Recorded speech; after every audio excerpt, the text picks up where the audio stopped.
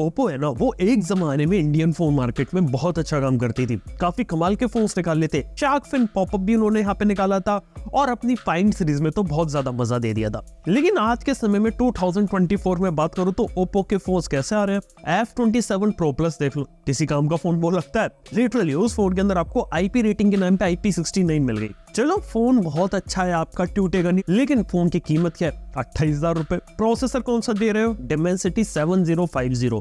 अब उससे अच्छे प्रोसेसर ऑलरेडी कम रेट के अंदर दूसरी काफी सारी कंपनीज दे देती है। इसके साथ ही क्लेम क्या किया जाता है, चलो ऑफलाइन का फोन है, ऑफलाइन के फोनों में दिक्कत होगी। यार ऑफलाइन का फोन होने वाली बात नहीं है।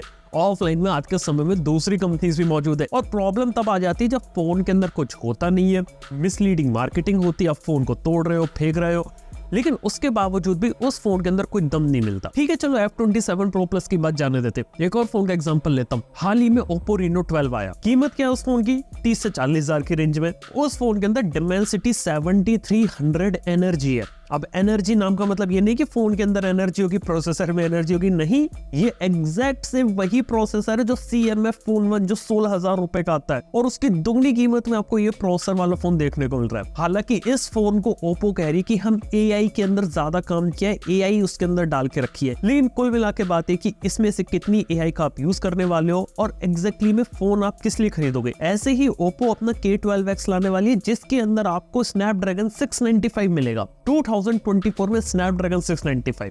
अब आप लोग समझ गए ना कहानी क्या चल रही है। अब इसका मतलब ये नहीं है कि ओप्पो के प्रोडक्ट्स अच्छे अवेलेबल नहीं है मार्केट में। ओप्पो की कुछ अच्छी चीजें हैं, जैसे कि ओप्पो की Find X7 Ultra जो बहुत ही कमाल का फोन है, बहुत ही तगड़ा कैमरा लेकर आता है। लेकिन प्रॉब्लम क्या है, वो फोन इंडिया में नहीं आता। ओप्पो ने एक जगह बहुत ही अच्छा काम किया, वो होते हैं ओप्पो के एनको ईयरबड्स, जिसके अंदर जो ईयरफोन उन्होंने निकाले हैं ना, वो कमाल के हैं। और अंडर 5000 किसी को अगर एक TWS लेना, ओप्पो एनको हमेशा से रिकमेंडेड है। मतलब उनकी क्वालिटी वगैरह सब इतना बढ़िया है कि आप उन्हें किसी को भी यहाँ पे रिकमेंड कर सकते हो। यहाँ पे पहले क्या होता था कि चलो ओप्पो के प्रोडक्ट्स को कह देते थे कि ऑफलाइन सेंटर के, क्योंकि ऑफलाइन में आपको सारे ऐसे ऑप्शन मिलते हैं। लेकिन आज के समय में पता क्या हो गया, ऑफलाइन में आपको बेटर ऑप्शंस मिलना शुरू हो चुके हैं।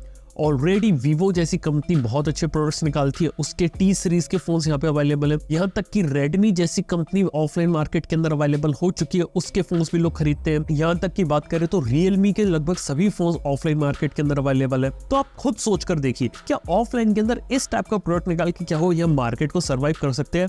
शायद नहीं कर सकते, क्योंकि बात बताऊं, हाल ही में उनका जो मार्केट शेयर है ना, बहुत तेजी से यहाँ पे ड्रॉप हो रहा है और ये कंपनी बहुत तेजी से मार्केट को लूज कर रही है। शुरू में तो इनका ये कहना था कि यहाँ पे हम लोग फोकस कर रहे हैं अपने महंगे और प्रीमियम प्रोडक्ट्स के ऊपर और उसको हम महंगे में बेचेंगे, यानी कि वॉल्यूम कम बेचेंगे लेकिन प्रोडक्ट ज्यादा महंगा बेचेंगे, जिससे हम ये सारी चीजें रिकवर कर सके। देखो, देखने सुनने में चीज बहुत अच्छी लगती है, लेकिन प्रॉब्लम आती है कि अगर अपना महंगा प्रोडक्ट अगर बेच रहे हो तो महंगे प्रोडक्ट में वैसी वैल्यू तो क्रिएट करो ताकि लोग उसके लिए उतना पैसा देना पसंद भी करें।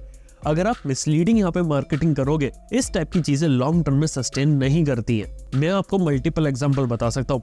एक जमाने में LG का भी सिमिलर केस था, HTC के साथ भी यही केस हुआ था। एक बहुत ही फेमस कंपनी थी लिको, उसके साथ भी हुआ था। कई बार काफी सारी कंपनीज मार्केटिंग में ओवर स्पेंड कर देती है लेकिन प्रोडक्ट के ऊपर इतना काम नहीं करती। और अभी प्रॉब्लम क्या होगी कि जो लोग इनके कंपनीज के प्रोडक्ट्स अभी खरीदेंगे, इनको आगे चल के कभी ना कभी कोई दिक्कत आएगी, कभी रिग्रेट होगा और देखेंगे यार कि हमने ओप्पो का फोन क्यों लिया, और फिर वो ओप्पो के ऊपर अपग्रेड नहीं करेंगे। जबकि क्वालिटी वाली प्रोडक्ट के अंदर खास बात ये रहती है कि अगर आपने एक बार कोई भी फोन लिया, अगर आप उसे यूज कर रहे हो, उसके साथ एक्सपीरियंस अच्छा है, तो बहुत ज्यादा चांसेस है कि आप उसी ब्रांड के ऊपर अपग्रेड करो। ये होती है ब्रांड लॉयल्टी। ब्रांड लॉयल्टी आपको कहाँ देखने को मिल रही है, सच बताओ, Xiaomi जैसी कंपनी के अंदर। बजट में कई सारे लोग होते हैं जो Xiaomi का ही फोन जाकर लेते हैं। यहाँ तक कि Apple के अंदर ब्रांड लॉयल्टी आती है, एक्सपीरियंस अच्छा था, फिर उसी कंपनी पे अपग्रेड करो। लोग Realme के ऊपर अपग्रेड करते हैं, OnePlus के ऊपर अपग्रेड करते हैं, Samsung की अपनी ब्रांड लॉयल्टी है, लेकिन Oppo की कहाँ है? ये एक सबसे बड़ा सवाल है। इससे बचने का तरीका ये कि मिसलीडिंग मार्केटिंग को रोको और अपने प्रोडक्ट्स के ऊपर काम करो। नोकिया ने भी अपने प्रोडक्ट्स के ऊपर काम नहीं किया, इसलिए आज के समय से गायब है। लेकिन ओप्पो के पास आज के समय में पोटेंशियली अच्छे प्रोडक्ट्स है, अगर वो अपने लिमिटेड प्रोडक्ट्स को मार्केट के अंदर लाए तो वो चल सकते हैं। अगली चीज ओप्पो के साथ ये कि यहाँ पे AI के ऊपर बहुत ज्यादा फोकस है। कहते कि हमने 100 से ज्यादा AI फीचर दे रहे हैं, मल्टीपल पेटेंट्स डाल रहे हैं, AI की टेक्नोलॉजी डाल रहे हैं, लेकिन आपको और मेरे को दोनों को पता है AI कितना यूजफुल है और कितने लोग उस AI का यहाँ पे यूज करने वाले हैं। और ऊपर से जो AI अभी हम देख रहे हैं ना, बहुत ही ज्यादा सरफेस लेवल की चीज है और आने वाले कुछ साल में इसका एक बड़ा इवोल्यूशन देखने को मिलेगा। और वो जब इवोल्यूशन आएगा, जब गूगल वगैरह इन सबको लेकर आएगी, तो सभी एंड्रॉइड फोन्स में आ जाएगा। तो वो भी एक चीज है कि AI के नाम पे दिखा के मोबाइल फोन के अंदर जो इनोवेशन नहीं हो रहा, उस पर भी ओप्पो को यहाँ पे खतरा हो सकता है। इवन देखा जाए तो ओप्पो की ही कंपनी OnePlus की बात करें तो उसके लिए इस साल बहुत अच्छा रहा। इस साल OnePlus 12R काफी कंट्रोवर्सी में रहा, लेकिन फोन्स की सेल्स हुई। ऐसे ही बात करें तो हाल ही में Nord 4 को निकाला, उसे लोग यहाँ पे पसंद कर रहे हैं। Nord CE 4 भी उनका काफी पसंद किया गया। हालांकि जो फोन उनका इतना खास नहीं था वो था इनका CE 4 लाइट, लेकिन उसके बदले में जो बाकी लाइनअप है वो कम से कम यूजेबल है, लोग उसके ऊपर जा सकते हैं। लेकिन यार ओप्पो में ऐसा कुछ भी नहीं है। उम्मीद करते हैं कि आगे चल के ओप्पो बेटर काम करे, अच्छे प्रोडक्ट्स निकाले, तभी हम उसके बारे में बात कर पाएंगे और उसके प्रोडक्ट्स वगैरह यहाँ पे रिकमेंड कर पाएंगे। लेकिन अभी के समय में इस साल ओप्पो के प्रोडक्ट्स को देख के ऐसा लग रहा है कि यार बिल्कुल भी जान नहीं रही है। बाकी आप लोगों को ओप्पो के प्रोडक्ट कैसे लगते हैं, ओप्पो के फोन कैसे लगते हैं, बात नीचे जरूर कमेंट में बताइए। थैंक यू बने रहने के लिए। मैं आपसे मिलता हूँ अपने नेक्स्ट वीडियो के अंदर। Good bye.